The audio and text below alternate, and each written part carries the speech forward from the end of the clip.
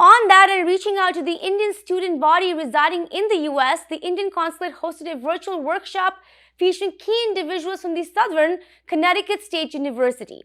The virtual discussion saw methods and ways for Indian students to succeed in American academic institutions. Many spoke on the importance of knowing all steps required to succeed, starting from their departure from India. Here is the story. And I'm sure the kind of things that we are going to discuss today would be helpful to you.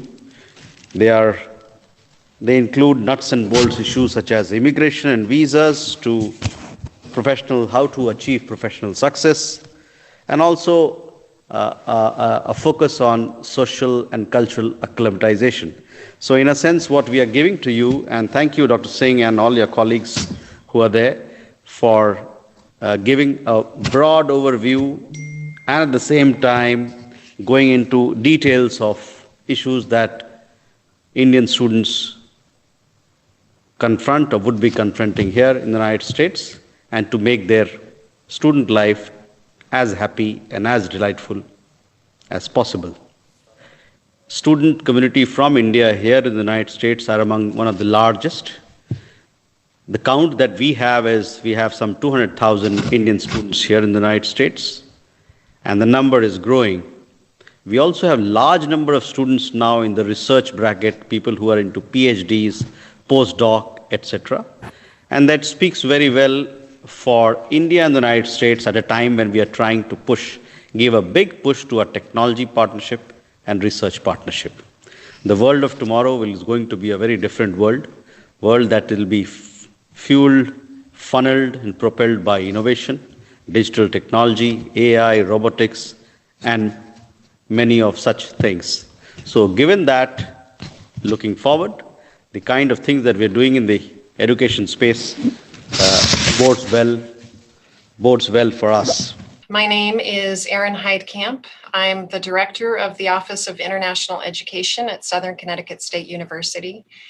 And I come to you today with information to share about what it's like to be an international student in the United States. The first is that things are changing right now. I'm delighted to say, as an international educator,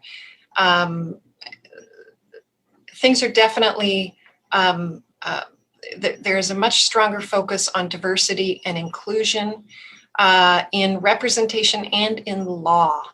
As I mentioned before, this is a new political cycle, and diplomacy and inclusion and kind of participation in the global dialogue about things that really matter to global citizens is a priority for our current president and administration. So as a student thinking about studying in the United States, I think it's heartening to think about the fact that that people from other countries are on our priority list in terms of making sure that we are welcoming, that we have provisions for employment and for education, and that we are once again a welcoming place to live and to study. New Haven, I think, is an incredible example, just because of the rich tapestry that is our community.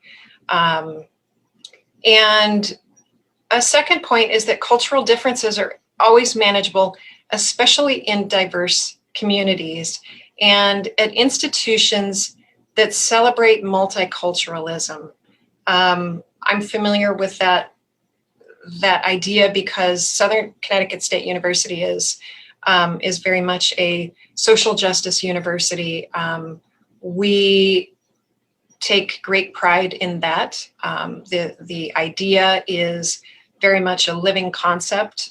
It's in our curriculum. It's in our programming. It's something that the faculty and the staff practice, not only preach. And we care very much about preserving that part of our identity.